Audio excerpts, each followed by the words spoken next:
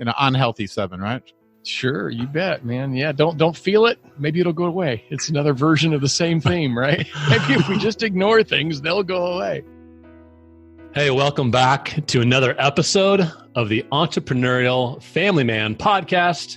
I am Chris Niemeyer, here with my good friends, Jamie Slingerland, Christopher McCluskey, and Michael McGreevy. We are 4 guys who are crazy about our wives. We love our kids, and we want to kill it in business. And this podcast is a safe place to talk about life's realities. Within those domains, there's going to be tension, there's going to be opportunities to grow. And in this podcast at efmlife.com, in our Facebook group, we have ongoing conversations about how to navigate life's realities. And today, I just got to push pause here for a moment and recognize that so much of EFM and these podcast episodes and topics come from real life. They come from what we're going through on a weekly and a monthly kind of basis. So as we hit record, sometimes it's, hey, how was your week going and what's happening? And today, we have just that kind of an episode where we are going to talk about grief. Good grief. And this is a topic that I think as men, we need to be aware of, need to lead our families well when it comes to this. So when we experience loss, how do we lead our family? Michael, you and Jamie have had a chance to talk more about this. So I'm going to do another flea flicker and pass this to you to introduce what are we talking about good grief for and tee it off for us. I want to start by telling a story. This is something my mother shared with me. When she was 8 years old, her father was killed in a car accident. And when the authorities came back to the house, all 6 kids were back at the house. My mother was the oldest of 6 kids. One of the police officers came back with my grandmother, and they didn't say anything about what happened. They just kind of said, oh, Dad's not coming home anymore. They didn't explain anything.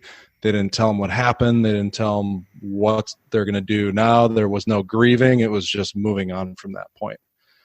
I know that's a pretty extreme example, but I feel like a lot of people don't grieve well when they lose somebody or something that's very, very important to them. And that story always rung in my head because I think it's repeated over and over again in a lot of different families. And just recently, the Slingerlands lost their dog after 15 years. Her name's Lana. I was talking to Jamie about it, and he was sharing his experience. And it was just really beautiful how they went through it, how they grieved together, how they came together as a family, how they were honest about how it made them feel and that they were going to miss this dog that was a part of their family for 15 years. And so I just thought, man, it would be great to have a conversation around this because I need to learn how to grieve better.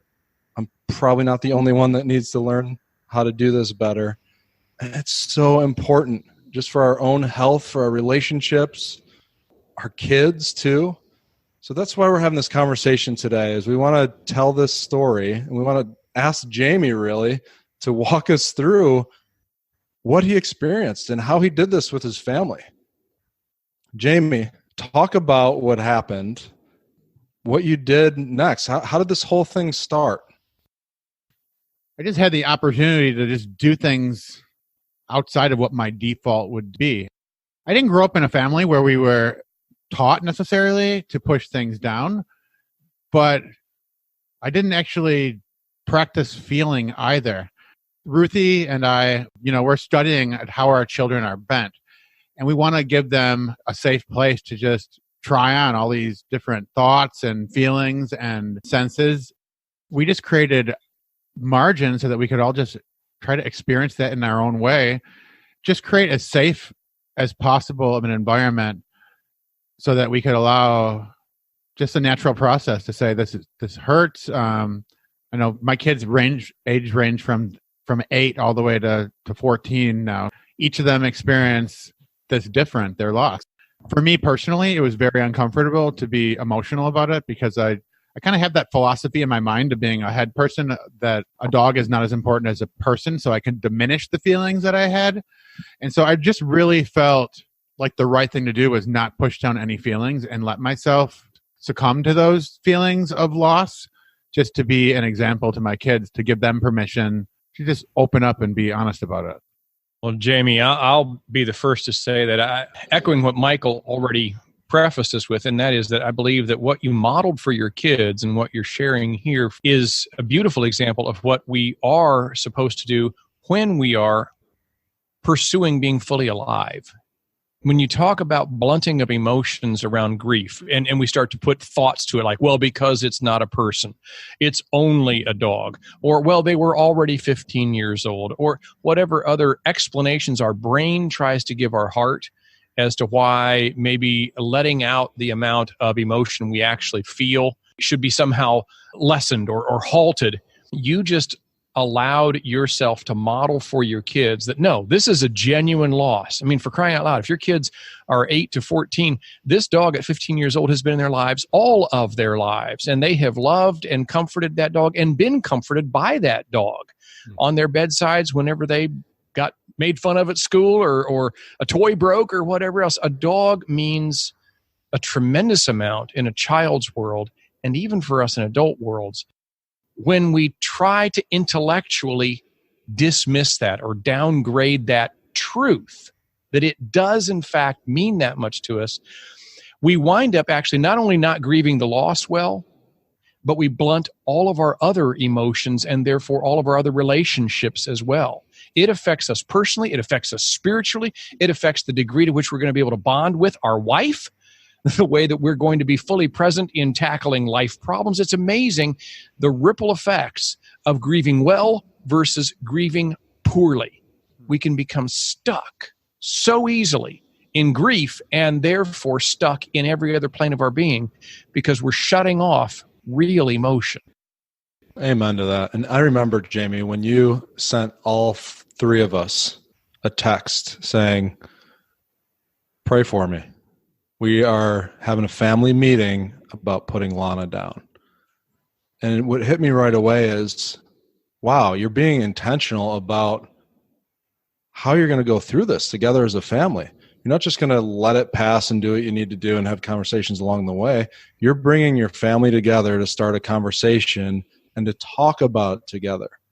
And that's, I think, one point that I took out of this is when there's a significant situation going on with your family, to step up and bring your family together and talk about it openly. And that was such an impactful step to see you take, Jamie. I was like, man, that's awesome that you are setting a meeting and bringing everyone together and you're going to talk about this. Yeah, I appreciate that, Michael. It was really hard just to open up that conversation and face the pain head on, like not only face it, but run into it. Just looking at what we went through as a family yesterday, I wouldn't trade that pain for anything because I just feel like it's a really good precedent or practice for all of us as a family, not just saying it was the kids, but it was me and Ruthie as well. It gives us better ability to navigate the next tornado or disaster that's going to come after us. We're all going to have our heart broken. For me, that was the big decision. I think there's this parental sort of nurturing mindset that we need to move away from, of protecting our children from all these pain. Ruthie and I had the ability to protect our kids from feeling a lot of that and kind of push it under the rug. But we know that we live in a fallen world and that there is brokenness and there's going to be death and disappointment. Why not trust in the Lord and just jump into it head over heels, just accept that pain? Jamie, I like what you shared there. And Michael's first observation in calling the meeting, I think, was key. And then one thing that I took out of that from that text thread yesterday was you led with your own emotions. And we talk a lot about Enneagram and personality traits here, and 7s are typically the ones in their headspace. They want to push down, suppress emotions. But you took the opportunity to lead your family with those emotions. You said, I wouldn't trade anything in the world for what happened feeling all that emotion together yesterday. I mean, that's key. And to see that you led that for each of your kids at different ages, at different stages of maturity, to say, hey, this is an open and safe place to express your grief. Can you just expound on that? Like, what did that look like practically? We have two close friends, Dr. Phil Carson and Jay Parks. They're both in the heart quadrant, similar to you, Niemeyer, on the Enneagram. And I've always just admired their masculinity and the fact that they're emotional in a way that is powerful. I feel blessed because this was an opportunity where I could just model after these other men that I see do that just daily in relationship. Niemeyer, you joke around. Sometimes you feel a little bit of embarrassment with us. We all have straight face and you start crying because you tell a story here on the podcast. I think there's really strength in being connected to your heart. And I admire that in you, and I admire that in Jay and Dr. Phil. That's just some area that I want to grow. And I definitely want to see my boys experience that at a younger age. I don't want to have them wait till they're 40 years old to just be connected with their heart. God wants us to be transformed. And he doesn't want us to live in one of those spaces of just being in our head or only in our heart. He wants us to be able to like bounce around in those different centers, because that's how he made us as we look to him, that we sense, we feel, and we think, and we can move in those three areas. Yesterday was just a beautiful example with our whole family that we got to think, we got to feel, we got to sense. That's being alive, is having full access to the full range of human emotions so that it integrates with your thoughts and your senses. And I really want to go back to that piece of the many different pieces of what you modeled yesterday for your family. By you choosing to go toward it, knowing that it's not your comfort area, and then modeling it for your boys in a way that, hey, frankly, our wives cannot model the value of expression of emotion for our boys like we can. Even the modeling that we're providing for our daughters is more powerful in these moments than what our wives can provide, because kids kind of expect that, well, mom's going to be the more emotional one, and we kind of look for her to lead, when we lead instead, like you did, by calling this family meeting and then actively going toward a healthy grieving and outward grieving, even the ones that were kind of choking back things and maybe not wanting to let the tears flow. When you did that, you invited them into fullness of being. Because again, the idea of being fully alive means I have full access to the full range. It either means that or it doesn't. And the moment that you're not giving full access, like back, Michael, to the story your mom shared with you about her family, that's what was taken away from her. Not only did she lose her dad that day, but she was in many more covert, not overt ways, but in covert ways, she was given a message that said to her and to all the kids, don't feel this too deeply. And I would imagine that they tried to tough it out as good little soldiers and not feel, or at least not show much of that. And man, it's incalculable the number of other impacts that had for each one of those kids, in addition to the loss of their dad, for crying out loud. We are integrated beings. And so, yeah, your piece of the head and the heart and the gut, the things that we think, being connected with the things that we feel and the things that we sense, that's really what I believe is meant by having a good cry. What do you mean a good cry? I hate to cry. Yep. But crying brings it all together. You start to try to say the words that your mind is thinking, and then you just stop because you can't complete the sentence. The tears just start to flow. And as those words you're trying to verbalize through your heaves and sobs now connect with the emotion that's coming out through those tears, thank you, God, for the ability to cry, that it can communicate what our words can't. Then the sense that you have as your whole body is racked and you get a headache and your face flushes and your body is exhausted by the end of it, but you had a whole person experience of reality. That person, even as they continue to do that over the next coming days and even weeks, will be far healthier a month from now, 6 months from now, 6 years from now, right? The rest of their lives, because of having grieved well and allowing all parts of self to express as they're designed to express, instead of giving the message, no, we don't do that. Come on, tough guys don't do this. Come on, it's all right. It's only a dog. We'll move on. We'll get another dog. Whatever excuse or pacification we try to dole out, it blunts everything else. I'm thinking, Jamie, about what your kids are taking away from this experience too. You told me that this is the first major loss that they've experienced. And what are they going to know about grieving after having this meeting and coming together? That grieving is something to do together and to come together and to work through together as a family. And that's an amazing lesson and just a norm for them now. Next time they go through something, they're going to come together and grieve together. I know you're being a little shy about this, Jamie, but you led with your grief. You allowed yourself to feel this, to get emotional in front of your whole family. And by doing that, you showed them not only is this a good thing, it's okay, and this is what a man should do, and it's a healthy thing to do. And then from there, you were sharing with me when we talked earlier today that you talked to each one of your kids that was grieving in different ways, and you were encouraging them to feel and to be real about their emotions. And that's this next point I want to bring up, is that our kids sometimes need encouragement and leading when it comes to feeling the difficult emotions that they're trying to navigate. Talk about what that was like for you, Jamie. That was a challenge, Michael. It must felt like I had to twist a couple of their arms and kind of be firm. It did feel a little bit funny because we were digging a hole in our backyard. It felt like one of those like Western movies where like they're burying one of their buddies or whatever. Me and Cecilia started digging the hole, and this is really, really healthy that me and Cecilia are digging this hole. We're like in it. That's what I was thinking. I was thinking, this is amazing that we're digging this hole. I'm feeling more connected to the loss than I ever could. We were digging the hole before she was actually dead, so that was kind of interesting. Diego and Giovanni ended up finishing the hole, and we all had a part in the whole process.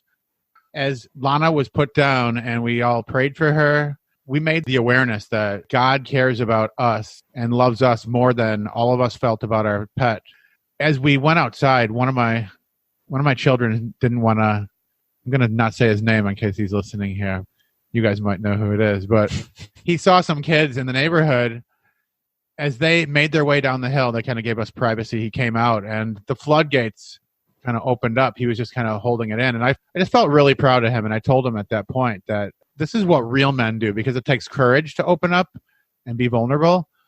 And then Emilio was there and he was just kind of holding it together.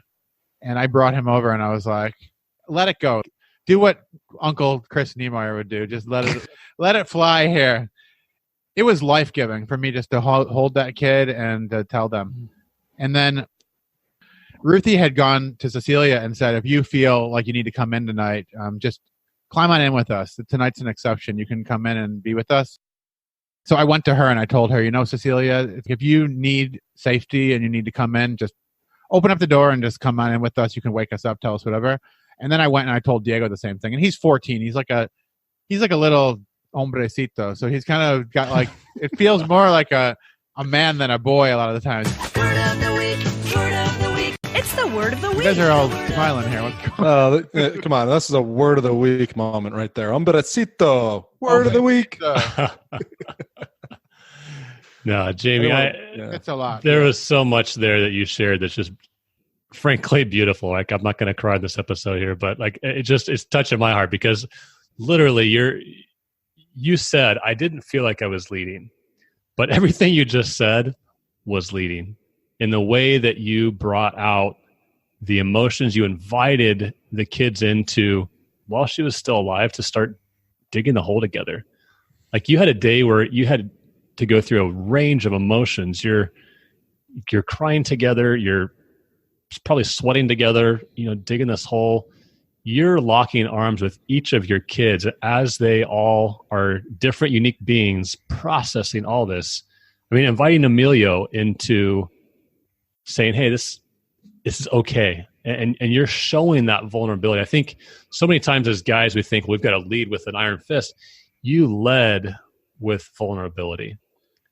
And to talk to Diego and invite him into the safe space and Cecilia in the safe space, that's what leadership looks like. As you plan that ceremony and digging the hole and having all the kids participate to finish that, that's what participating in grief looks like. So don't discount the fact that you were leading and you led well. I got to really jump right on what Chris is saying there, Jamie, because you just need to hear how much leading that was. We saw some of the posts that you put on Facebook yesterday and taking little Lana out for the car ride there. You shot a little bit of video of Cecilia holding her and, doing like little doggies do. She just got her nose up into the wind there and letting the wind blow on her.